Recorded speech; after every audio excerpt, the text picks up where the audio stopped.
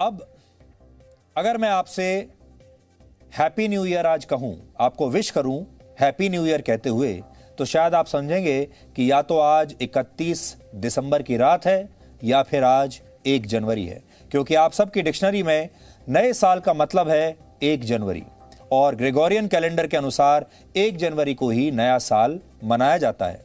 लेकिन हिंदू कैलेंडर के अनुसार नया साल 1 जनवरी को नहीं बल्कि आज से शुरू हुआ है और ये नव वर्ष प्रकृति के डीएनए में भी शामिल है। आज आप भले ही इस नव वर्ष को भूल गए हों, लेकिन प्रकृति हर साल इस नए साल को सेलिब्रेट करती है। इसलिए आज हम इस नए साल का भी आपके लिए विश्लेषण करेंगे ताकि आप अपनी जड़ों से जुड़े रहें, अपने संस्कारों से आप जुड़े रहें।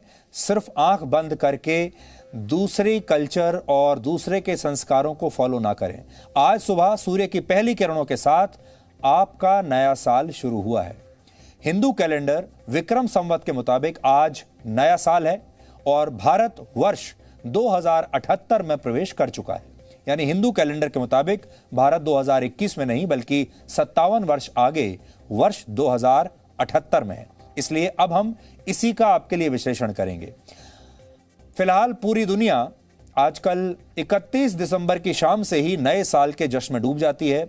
आपके यहां भी, आप चाहे भारत में कहीं रहते हो, यही होता होगा। और जैसे ही रात के 12 बजते हैं तो दुनिया नए साल में प्रवेश कर जाती है। 12 बजते ही लोग एक दूसरे को फोन करते हैं, मैसेजेस भेजते हैं और नए वर्ष की शुभकामनाएं देते हैं। और इस नए साल पर हर साल खूब पार्टियां होती हैं, लोग एक दूसरे से मिलते हैं। लोग अक्सर नए साल से ठीक पहले छुट्टियों पर घूमने चले जाते हैं, वेकेशन पर चले जाते हैं।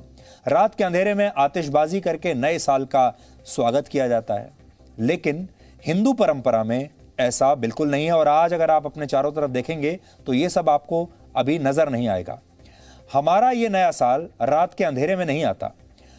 हमारी परंपराओं में नव वर्ष पर सूर्य की पहली किरण का स्वागत किया जाता है। नया साल सूर्य की पहली किरण के साथ शुरू होता है, जबकि पश्चिमी देशों के कैलेंडर के हिसाब से रात के अंधेरे में नए साल का स्वागत किया जाता है, वेलकम किया जाता है। और दोनों कैलेंडर में ये एक बहुत बड़ा बुनियादी फर्क है। एक में नया वर्ष रात के 12 बजे शुरू होता है, आधी रात को, और दूसरे में सूर्य की पहली किरण के साथ शुरू होता है। भारत के बहुत से लोग भले ही इस नव वर्ष को भूल चुके हों, लेकिन वर्ष 1582 से पहले यही कैलेंडर हमारा अस्तित्व हुआ करता था, हमारा अस्तित्व था। वर्ष 1582 में जब रोम में ग्रेगोरियन कैलेंडर को अपनाया गया तो यह संस्कृति धीरे धीरे कमजोर पकड़ने लगी। और आप तो जानते हैं जो पश्चिम की संस्कृति है वो धीरे धीरे पूरी दुनिया को अपनी पकड़ में लेने लगी और बाद में पूरी दुनिया उन्हीं की संस्कृति को और उन्हीं के कैलेंडर को और उन्हीं के नए साल को, उन्हीं के संडे और मंडे को फॉलो करने लगी। कई पश्चिमी देशों ने इस कैलेंडर के मुताबिक 1 जनवरी को नए साल का शुभारंभ माना। हालांकि तब भी भारत के लोग हिंदू कैलेंडर विक्रम संवत को ही मानते थे। एक दिलचस्प जानकारी यह भी है कि आज जब आप 1 अप्रैल को अप्रैल फूल मनाते हैं तो इसके पीछे की कहानी भी इसी कैलेंडर से जुड़ी हुई है। ऐसा माना जाता है कि पश्चिमी देश उन देशों को अप्रैल फूल कहते थे जो ग्रेगोरियन कैलेंडर को नहीं मानते थे, और इनमें हमारा देश भी एक था। हम भी एक उनमें से थे जो ग्रेगोरियन कैलेंडर को नहीं मानते थे और अपना कैलेंडर मानते थे। और इसी के बाद भारत में धीरे धीरे लोगों ने पश्चिम से आए इस कैलेंडर को मानना शुरू कर दिया और आज तो चारों तरफ इसी कैलेंडर की मान्यता है। पूरा व्यापार, हर चीज उसी कैलेंडर के हिसाब से होती है। लेकिन इस कैलेंडर का वजूद ना तो मौसम से है, ना प्रकृति से है और ना ही त्योहारों से है, जबकि हिंदू कैलेंडर में ऐसा नहीं है। हम दुनिया में सबसे पुरानी संस्कृति के लोग हैं और हिंदू कैलेंडर विक्रम संवत की शुरुआत इसी चैत्र प्रतिपदा से होती है। ब्रह्म पुराण के अनुसार चैत्र शुक्ल प्रतिपदा को ही सृष्टि बनी थी और इसी दिन भारतवर्ष में काल गणना भी शुरू हुई थी। इसलिए अब हम आपको हिंदू कैलेंडर और ग्रेगोरियन कैलेंडर में कुछ बुनियादी फर्क बताते हैं। ग्रेगोरियन कैलेंडर की शुरुआत ईसा मसीह के जन्म से मानी जाती है, जबकि हिंदू कैलेंडर विक्रम संवत की शुरुआत 57 बीसी से मानी जाती है, जब महाराजा विक्रमादित्य ने शकाज को युद्ध में पराजित किया था। हिंदू कैलेंडर के मुताबिक भारतवर्ष वर्ष 2078 में अब प्रवेश कर चुका है, जबकि दूसरे कैलेंडर के हिसाब से आप 2021 में हैं। भारतीय कैलेंडर की गणना सूर्य और चंद्रमा के अनुसार होती है, जबकि ग्रेगोरियन कैलेंडर पृथ्वी द्वारा सूर्य की परिक्रमा के अनुसार चलता है। पृथ्वी सूर्य का एक चक्कर 365.25 दिनों में लगाती है, इसलिए साल में 365 दिन होते हैं और हर 4 साल में एक लीप ईयर होता है। ग्रेगोरियन कैलेंडर सिर्फ एक तारीख तक सीमित है। हमें यह कैलेंडर से पता चलता है कि नया साल आ गया है। सब कुछ तारीखों पर आधारित होता है। हर साल 31 दिसंबर और 1 जनवरी को ही नया वर्ष आएगा, जबकि हिंदू कैलेंडर में ऐसा नहीं है। हिंदू कैलेंडर के हिसाब से जब नव वर्ष शुरू होता है तो पूरी प्रकृति नवीनता का एहसास कराती है। पुराने पीले पत्ते पेड़ से गिरने लगते हैं और प्रकृति अपने श्रृंगार की प्रक्रिया में होती है। लाल, पीले, नीले और गुलाबी फूल आपके आसपास खिलते हैं। ऐसा लगता है कि पूरी की पूरी सृष्टि ही जैसे बिल्कुल नई हो गई है। ग्रेगोरियन कैलेंडर की शुरुआत नए साल की पार्टी से होती है और इस दौरान खूब जश्न मनाया जाता है, जबकि हिंदू नववर्ष की शुरुआत त्योहारों से होती है। हम इस दिन को त्योहारों की ऊर्जा के साथ मनाते हैं। कश्मीर में, अब पूरे भारत में इन त्योहारों को अलग अलग नाम से पुकारा जाता है। इस दिन को अलग अलग नाम से पुकारा जाता है क्योंकि हमारे यहाँ भी बहुत अलग अलग संस्कृतियां हैं।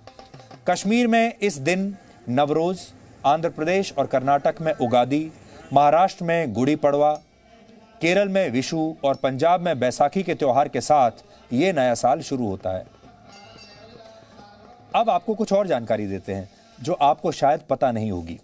हिंदू कैलेंडर के हिसाब से आज नव वर्ष शुरू हुआ है। आज आपका पहला नया साल शुरू हुआ है, उसका पहला दिन है और मान्यता है कि सृष्टि के संचालन का दायित्व इसी दिन देवताओं ने संभाला था। विष्णु भगवान ने वर्ष प्रतिपदा के दिन ही प्रथम जीव अवतार लिया था। महाराजा विक्रमादित्य द्वारा विक्रम संवत की शुरुआत इसी चैत्र प्रतिपदा से की गई थी। भारत सरकार का राष्ट्रीय पंचांग यानी कैलेंडर इसी दिन से शुरू होता था। इसी दिन महर्षि दयानंद ने आर्य समाज की स्थापना भी की थी। सिख परंपरा के दूसरे गुरु अंगद देव जी का जन्म दिवस भी चैत्र प्रतिपदा ही है और इसी दिन से रात की अपेक्षा दिन बड़ा होने लगता है, लेकिन ग्रेगोरियन कैलेंडर में ऐसा नहीं होता। आज आपको यह जानकर बहुत हैरानी होगी कि आजादी के बाद नवंबर 1952 में वैज्ञानिक और औद्योगिक परिषद द्वारा पंचांग सुधार समिति की स्थापना की गई थी और इसी समिति को यह तय करना था, यह उसकी जिम्मेदारी तय की गई थी कि हमारा ऑफिशियल कैलेंडर क्या होगा।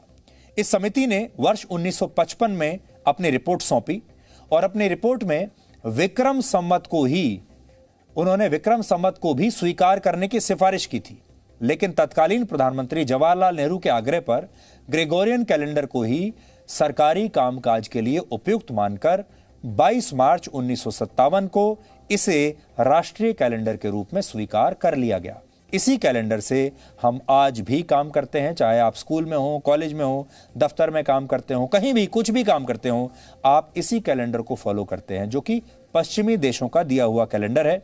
और अपने कैलेंडर को आप त्योहारों के नाम पर तो फॉलो जरूर करते हैं, लेकिन आप अपने काम के हिसाब से ऑफिशियली आधिकारिक रूप से आज भी उसे फॉलो नहीं कर पाएंगे।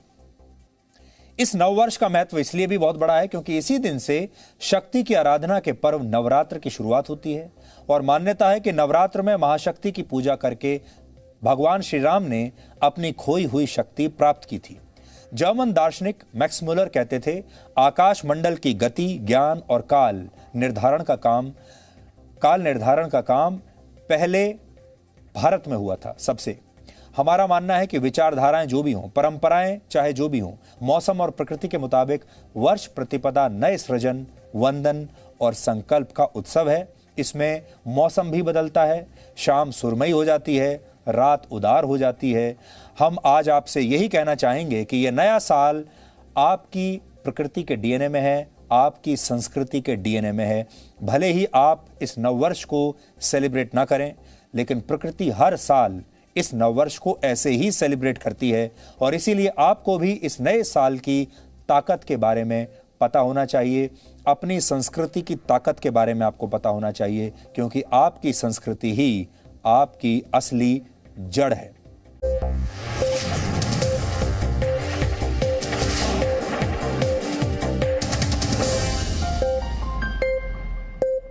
Presenting V News app, available on Google Play and App Store. Download it now.